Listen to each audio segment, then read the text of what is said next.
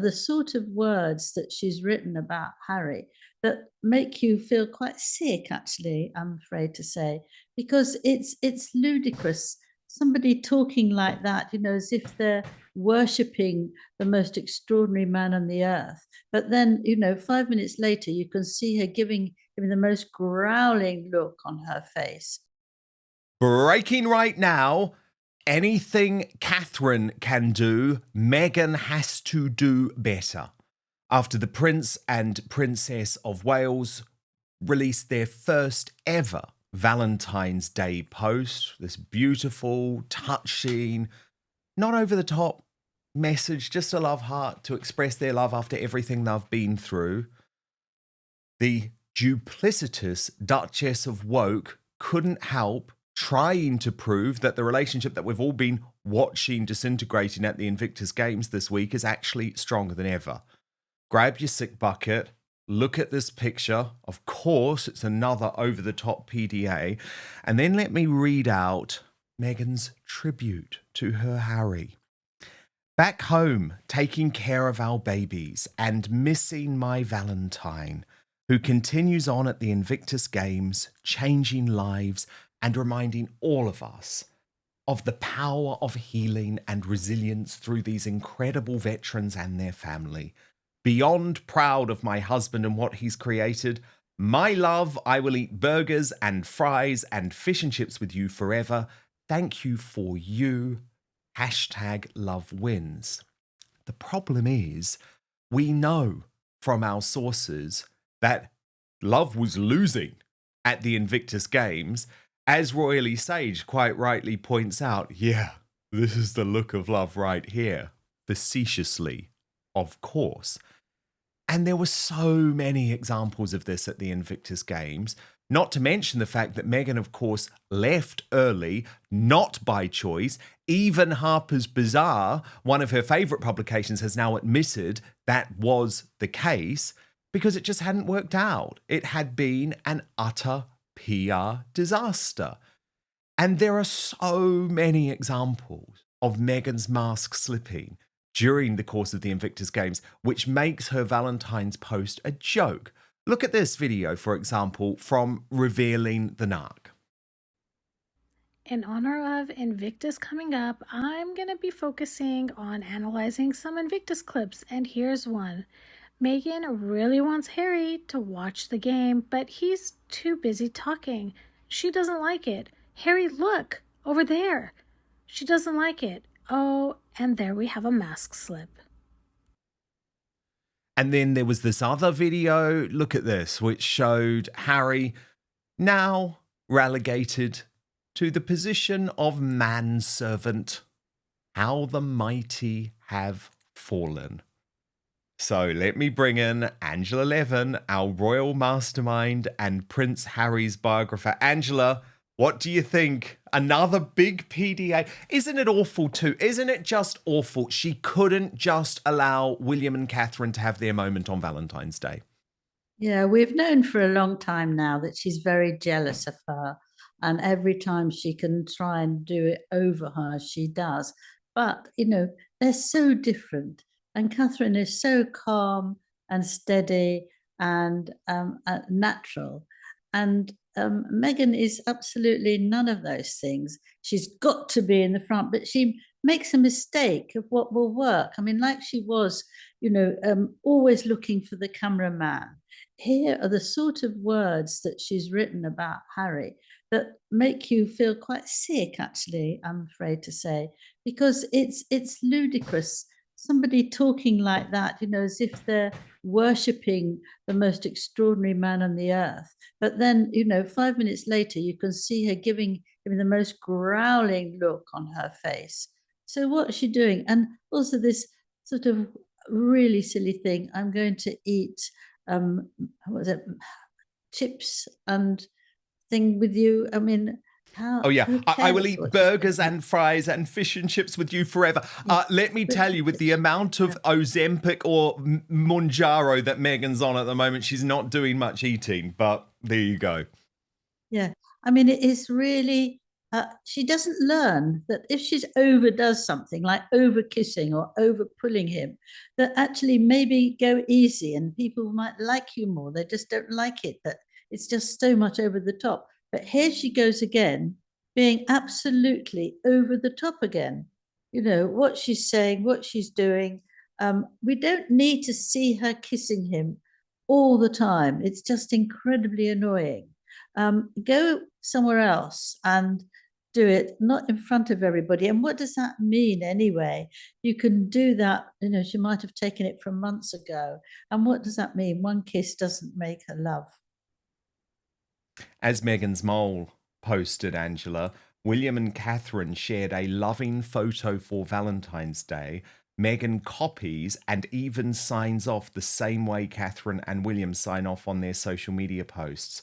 I'm not a body language expert, but why doesn't Harry ever look like he enjoys kissing his wife? Is that a fair point? Yes, I think that actually it's embarrassing for him. She is very flamboyant. She wants everybody to look at her and see her. But Harry wants to please her, but doesn't really want to have her kissing him all the time, and hanging on to him, grabbing him, keeping him. You know, if he tried to get up and go, pulling him back. I mean, she wants him by her side all the time, which actually shows that she's very insecure. And it's ridiculous. And talking about him as if he's some great master hero is also silly, you know, also silly. She sent him off for 4 months to go away and leave her alone. And then suddenly she thinks he's wonderful. You know, make up your mind, Meghan. And also, as Nancy Sidley points out, oh my God, love wins, clown, because this is one of those phrases that's been used by the Sussex squad, isn't it? Yes, but I think love wins doesn't actually, you know, that's silly, isn't it? But do they love each other really? Do they? Are they still suited? Does Harry feel that he's a really strong man who's having a wonderful time? No, he hates it in America. He hasn't found his place and he hasn't made friends. He wants to please Meghan, but he doesn't know what her mood's going to be like from one to another. But this is a very silly thing. It's the same thing as the speech she did, um, uh, you know, when she arrived. It's all sort of, it's overacting, and you can't believe a word of it. But what is interesting, though, Angela, is that from what I'm hearing, and I'm fascinated to know what your sources are saying, but from what I'm hearing, Harry was so exhausted after those few days with Meghan in Canada that he actually ended up spending that day off just drinking a lot and trying to unwind. I mean, it just shows you that things are so unhealthy. Yes, but I mean, I think for anybody, it would be very difficult to actually look after that person, who's so demanding, doesn't want you to look away, wants attention every minute, as long as you're there, and especially when the cameras are on you. And it's very, very wearing. And I think once she'd gone, he could relax a bit, and she'd worn him out. And I think that, you know, you could see that, how she was jumping up and down and these passionate kisses and holding his head so that she could, you know, kiss him properly, and all the sort of demands, physical and actually talking. You know, it's just shows that she's a very, very damaged woman. You know, if she felt that he did love her and they were together and it was very nice, she didn't need to do all these things.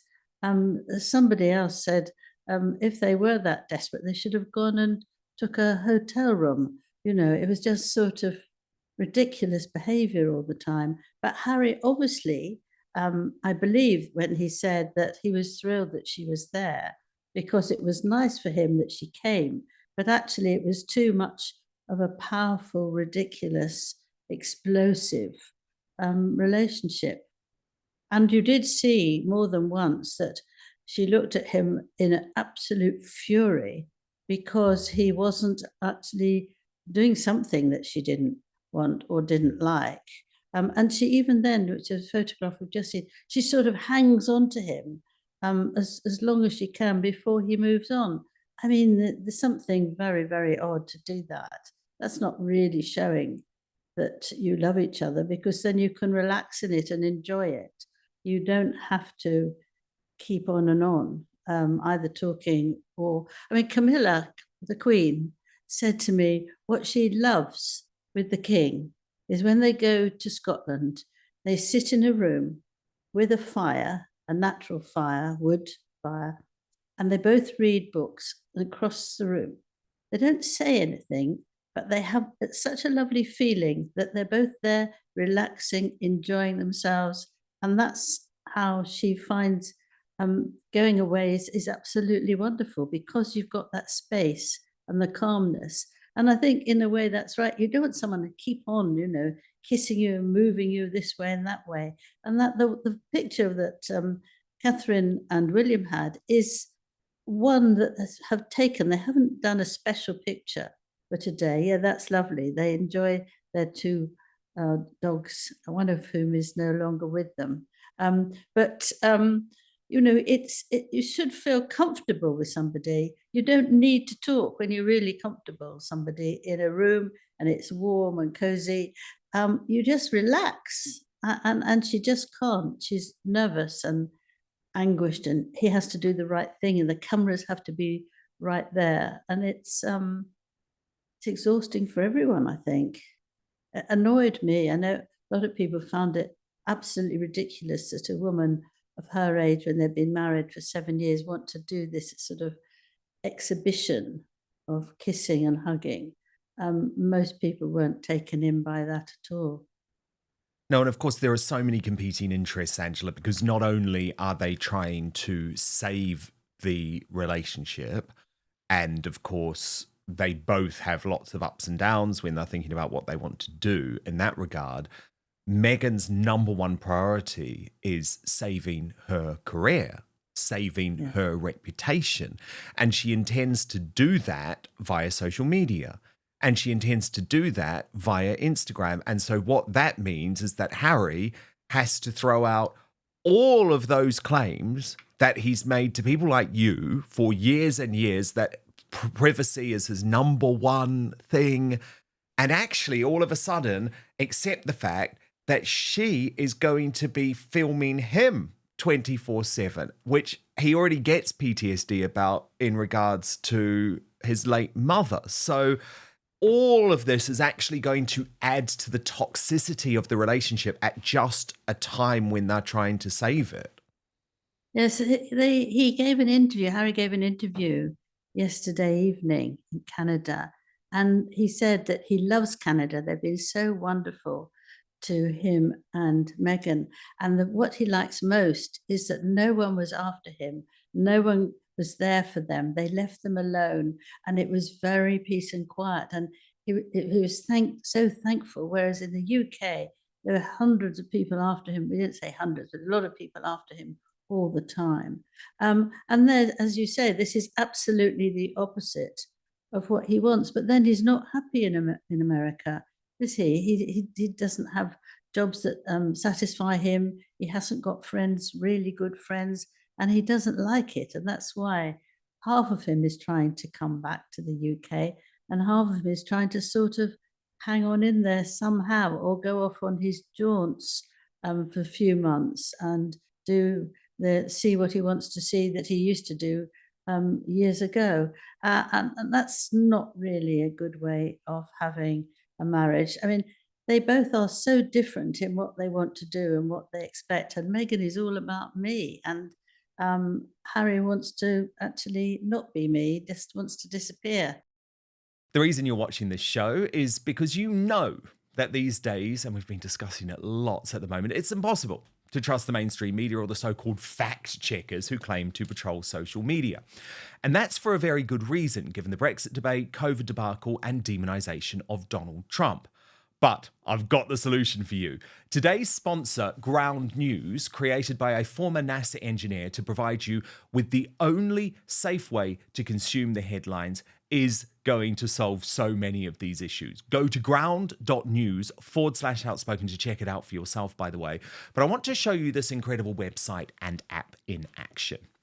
So let's take the recent story. We've discussed it lots of Outspoken of Elon Musk's fallout with Nigel Farage over Tommy Robinson, which the left-wing legacy media tried to whip up to destroy all three men, actually. And by looking at Ground News, you can see very clearly that it's collated the 230 sources on this story in one place. But what Ground News instantly shows is how the story is being covered by the media and broken down by whether those media organizations lean to the left or right, illustrated by its biased distribution service, which features on all stories. Then you can scroll down and actually see every article about the topic broken down by the political position or ownership of the publication. So in this case, it shows quite clearly that Fox News gave a fair analysis compared to Mediaite and The Independent, which did not, lambasting the men as morons with big egos without actually looking into why this split happened and how it can be resolved. What's more, Ground News gets to know you personally, providing you with the news stories you're interested in, while also analysing your own biases and coming up with potential blind spots you might not be hearing about because of your media consumption. And look, I know you love the news, that's why you're watching Outspoken, but you don't trust the legacy media. But what Ground News does is give you the tools to understand the truth about what is going on in the world. It is the only way I read the news now, allowing you to see through media bias and manipulative narratives with no more relying on the MSM to define what's really going on for you. So go to ground.news/outspoken to check it out. You can subscribe through my link today for 40% off the Vantage plan, which is what I use for unlimited access. And I should say, by the way, Ground News is a really great organization. It is subscriber funded, and by supporting my sponsors like Ground News, you also support my work too. And for less than a Netflix subscription, you can get all the world's news in one place and think for yourself. It really has been a game changer for a news junkie like me. So let me just repeat the address. It is linked in the show notes below, or you can click on the QR code if you're watching on screen. But the address, ground.news/outspoken.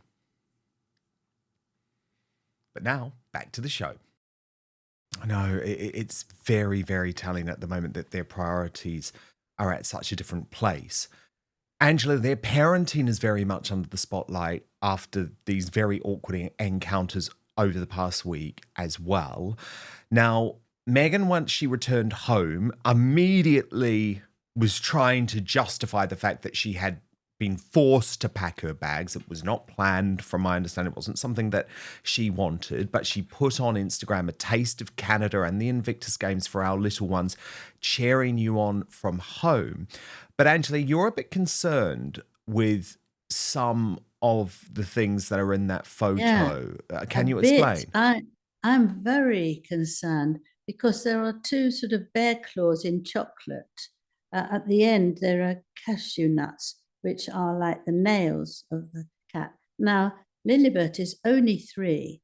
You shouldn't really give people hard nuts like that till they're 5 at least. And so Archie's within that as well. Also in that chocolate thing with the red ribbon, there's also nuts on that. I mean, you really, really mustn't give small children nuts because they can choke on them. I was really shocked. And I thought to myself, doesn't she know about that? Is it landmines and nuts for her children? I mean, it is nuts, actually, if you think that that's what's right. It isn't. I mean, it's dangerous. And I hope she's very careful about that. But she should know that, actually. But the fact that she doesn't actually shows that she's obviously not very involved in what a child needs or wants. But I thought I was really, really shocked, actually. Yeah, I mean, I guess what we are learning over this week is just that at the moment their priority is not their children. Now, I've done quite a lot of reporting on this. I'll be revealing much more in the weeks to come, Angela, but they are not hands-on parents, especially Meghan. But you are really shocked by this interview with People magazine, where Prince Harry has seemed to suggest that both of his children are fascinated by wounded soldiers. What's he said? Yes, well, he said it's really very interesting conversation to have with my kids. They're completely fascinated by wounded men. I have to explain why that person is missing a leg, why that person is missing an arm. Why do they look that way? They do. It's challenging but important. Now, I feel, I mean, we can all bring up our own children. You protect your children from that.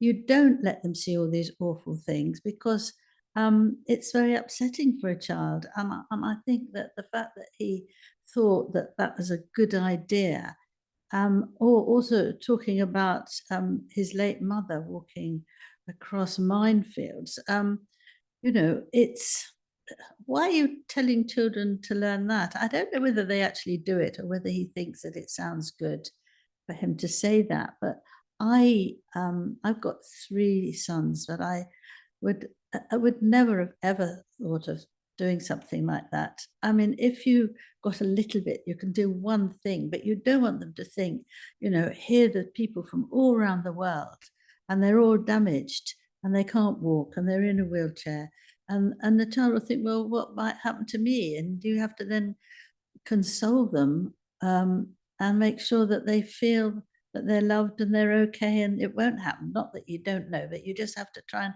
keep it for a child. A 3-year-old is very interested in this. I can't believe No, it. as if, I and don't Angela, think this they'll is even have the board. They'll be bored out of their lives. They'll just go off. They're going to sit there for ages looking at somebody who can't walk properly. no, They but it's have to really know what the world is traumatizing like, too. but not too early, not so early. Well, no, because look, the problem with someone like Harry is that he's actually so determined to protect his children from the trauma that he suffered as a child, but in fact, he's doing quite the opposite because he's obsessed by that trauma. It's the totally different approach of Prince William, who knows you just give your kids a little taster of the grandmother that is no longer alive, but you don't bombard them with it. You don't make it a fundamental part of their life at a young age for obvious reasons. But it's very, very clear that that is what Harry has done, because it wasn't just the interview with People magazine, it was also the interview with CTV, which we can have a little look at now. Which I will never do. Or you engage in the conversation and you try to explain things, but then it does. I mean, Archie was talking about, as I said earlier, Archie was asking about landmines. So I was talking about how some of these guys were blown up. I think IEDs, improvised explosive devices, is probably a bit too much at this stage. But I found myself talking to him about mines. He's 5 years old. And interestingly, it gave me a chance to talk about my mum, his grandma, which I didn't even really consider. So that became the outcome of the story for him, which is he then saw videos, he wanted to see videos and photographs of his grandma Diana out doing her thing for landmines all those years ago. So it produced a very interesting... Angela, it's just bizarre, isn't it? Well, he's also got a very, very narrow way of sort of talking to them, that it's all negative, it's all awful, it's all about death, it's all about being blown up. I don't think you want to give children that image of what the world is today, however hard it is. You don't want to do that. You want to make them feel positive and up and laugh and have a nice time. And I know that Catherine and William, when there was trouble, they made them take a shopping bag and leave it outside the door for people if there wasn't, they needed help, something. And that's good, because that's what children can do. They don't need to know too much about it. They don't need to have an encyclopedia read to them. They can just take something, put it outside, and feel really good that they've done something nice. How can they help anyone here? They can do nothing, and it's scary. What will happen if I lose my leg, Daddy? What will happen if my arm falls off, Mommy? I mean, it's terrifying. And Angela, he really is using the children in his publicity blitz. So there are very few publications who remain slavishly loyal to Prince Harry at the moment. But one of them is Town and Country. And what we're seeing happen at the moment, Angela, is the few outlets that have stayed slavishly loyal. And I can tell you exactly who they are: People magazine, Marie Claire, Us Weekly and Town and Country, they get the interviews, they get the information leaked. And in this new interview, which has just been published by Town and Country magazine, and they're blasting it as a big exclusive, it's headlined Prince Harry on the full circle moment of attending the 2025 Invictus Games with Meghan Markle. But he's quoted as saying, in regards to his children, I'd love for them to experience the Invictus spirit firsthand one day. So it does feel like at the moment he believes the only good publicity he can receive is from his children. Yeah, I mean, that's very silly because he actually also said that he hopes that the Invictus Games will die off, will end, because by that time, you won't need them. And that's what he's looking forward to in the next few years. So that doesn't make any sense with that. I want to drag them there. He can't drag somebody there who's very small. They're not going to sit comfortably. It'll be very, very difficult for a child to take in. I would feel desperately sorry for them. I don't think that's right. Even though I do feel that children should have an idea of the world and what's going on. I mean, I think you can talk them about, being careful with plants and all that sort of thing. But, you don't want to bring in things that can absolutely keep them up at night and make them cry. It's like a monster under the bed. Oh, absolutely. I mean, this interview, I can just tell as well, Angela, it's like it's been written by a bot. There's no way he actually spoke to them. But the question, it was clearly written by email or something, was, do you hope to bring your children to Invictus one day?